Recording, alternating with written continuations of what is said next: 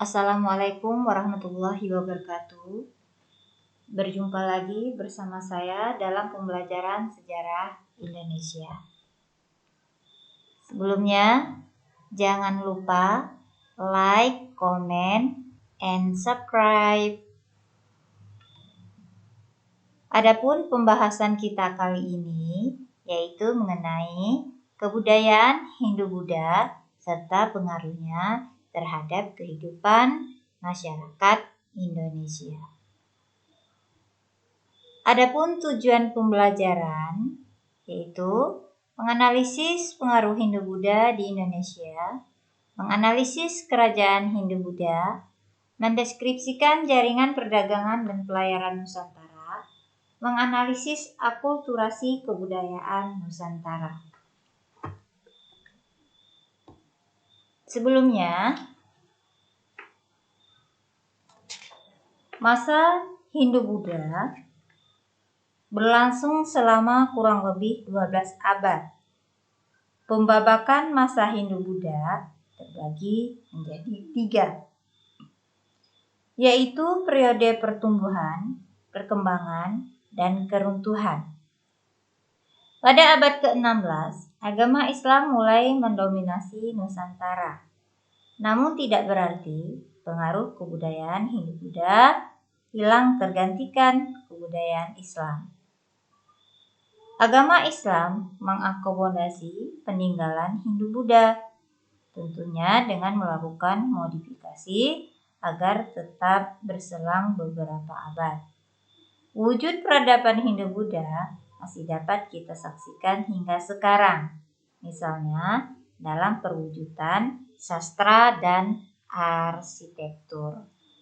Nah, kita masuk poin A, yaitu pengaruh budaya India. Terjadi banyak perubahan dalam tatanan kehidupan setelah masuknya budaya India ke Indonesia.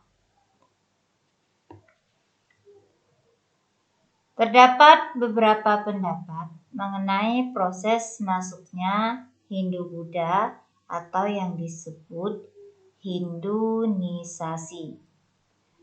Beberapa pendapat atau teori tersebut adalah yang pertama, teori ksatria. R.C. Munandar berpendapat bahwa pengaruh Hindia di Indonesia disebabkan oleh peranan kaum ksatria atau prajurit.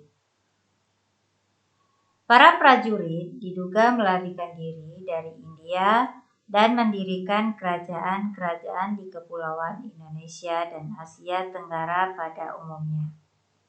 Namun teori ksatria yang dimukakan oleh R.C. Munandar ini kurang disertai dengan bukti-bukti yang mendukung.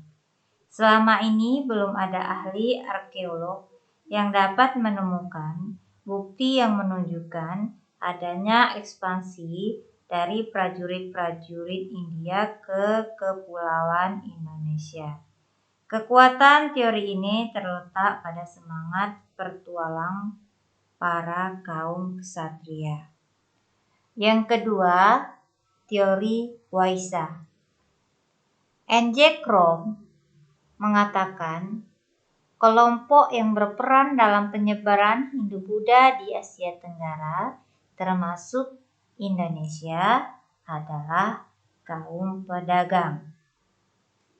Pada mulanya, para pedagang India berlayar untuk berdagang. Pada saat itu, jalur perdagangan ditempuh melalui lautan, yang menyebabkan mereka tergantung pada musim angin dan kondisi alam. Bila musim angin tidak memungkinkan, maka mereka akan menetap lebih lama untuk menunggu musim baik. Para pedagang India pun melakukan perkawinan dengan penduduk pribumi, dan melalui perkawinan tersebut mereka mengembangkan kebudayaan India. Menurut J. Chodes, yang memotivasi para pedagang India untuk datang ke Asia Tenggara adalah keinginan untuk memperoleh barang tambang, terutama emas dan hasil hutan.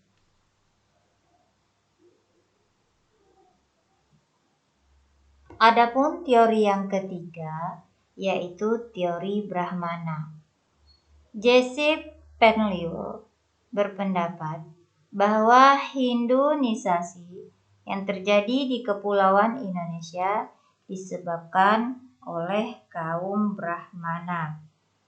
Pendapat Penliur didasarkan atas temuan-temuan prasasti yang menggunakan bahasa Sanskerta dan huruf Pallava.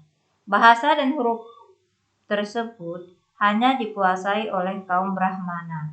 Selain itu, adanya kepentingan dari para penguasa untuk mengundang para Brahmana India.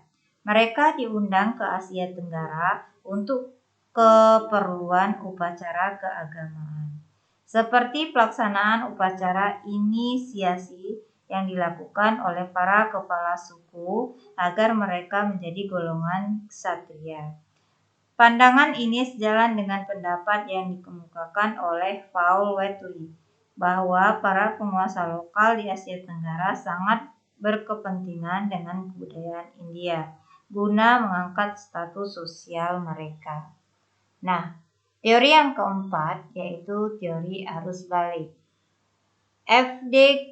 Gabos menyatakan proses Hinduisasi di Kepulauan Indonesia dilakukan oleh kelompok tertentu. Mereka itu terdiri dari golongan terpelajar.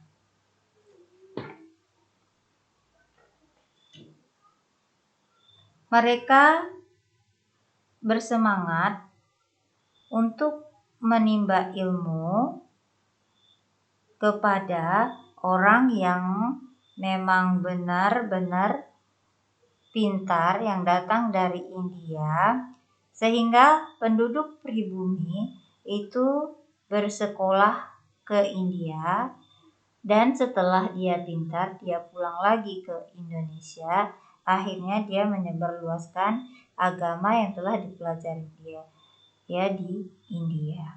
Itulah mengenai teori arus balik.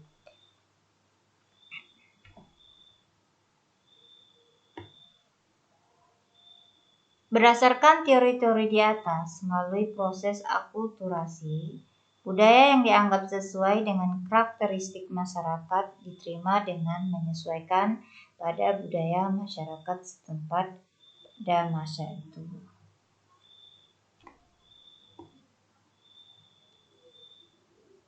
Saya rasa sekian, terima kasih. Berjumpa lagi minggu depan. Assalamualaikum warahmatullahi wabarakatuh.